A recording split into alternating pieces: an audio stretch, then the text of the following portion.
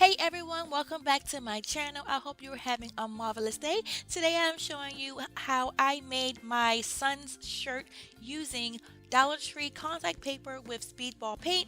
It was completely easy, very simple, and I am so mad I am just starting to do this. This is a activities mat I got from Dollar Tree. I am just showing you guys this to let you know if you see these, pick these up. This is a great bargain. I use these when I make my shirts, when I am heat pressing my shirts. It is heat resistant and is easily to clean up if you have anything spill on it like paint or whatever. So this is me giving you some good old Dollar Tree happiness right here. Pick these up if you find them. This shirt is also from Dollar Tree and it actually has an imperfection. You will see it's a line that's going down the front, but I was totally okay with it because this is not something I am looking to, spend a lot of money for this little DIY. This is my first time trying this out, so we all going to watch me do this, okay? This is some contact paper that I had from my previous video when I did the hardwood floor dupe with contact paper. I've been having this in my closet just sitting there. So I'm like, you know what? I'm not using this for anything else. I'm going to use this now for a stencil. I have a silhouette that's been sitting in my basement for like a year. I've been so intimidated to use it. And I'm like, you know what? I need to just jump out there and see what happens. But I'm not buying no expensive vinyl. No, no, no. I'm going to use some cheap stuff. And here is where the Dollar Tree contact paper came into play.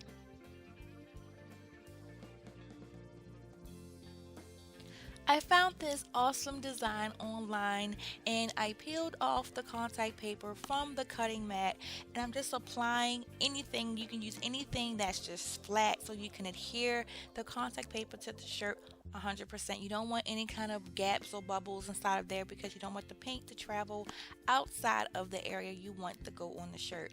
I'm using speedball yellow and blue because I want to actually combine a little bit of those two colors on the words to make it kind of green, to give it kind of like an ombre or a little mixed color kind of look.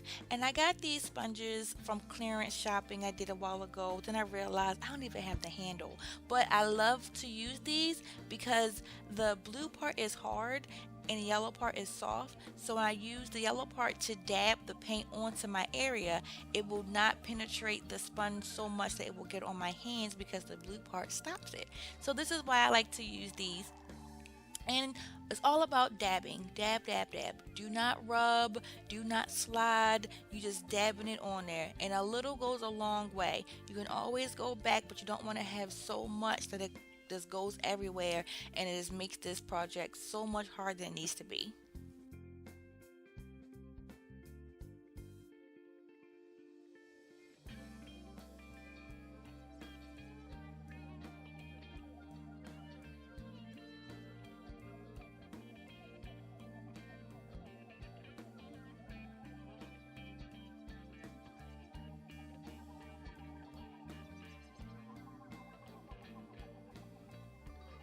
Now, when you are going over the areas, you want to make sure that you are getting the paint 100% inside of the stencil, and that will make the biggest difference when you peel everything off because you want it to be completely covered. So it's okay to go back over it more than one time with a little bit more paint.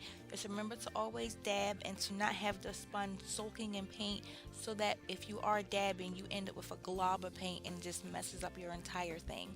And this is me adding a little bit of the blue into the yellow. As you can see, you see a little green in there, and that's what I wanted to happen so I can have this look like a little bit of a green. And you want it to dry just a couple of seconds, or not seconds, like a couple of minutes, so that you can peel it off. You don't want it to dry 100% because I'm afraid of it being 100% stuck to my shirt. So once you peel that off, give it a few minutes and then you can go right ahead and heat set it.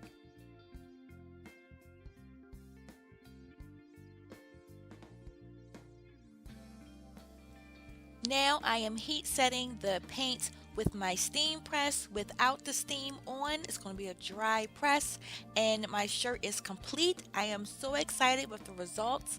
The It's a little bit to the left, you know. I don't have it completely centered, but this is my first time. I'm going to mess up. But thank you guys so much for checking out my video. Give me a thumbs up.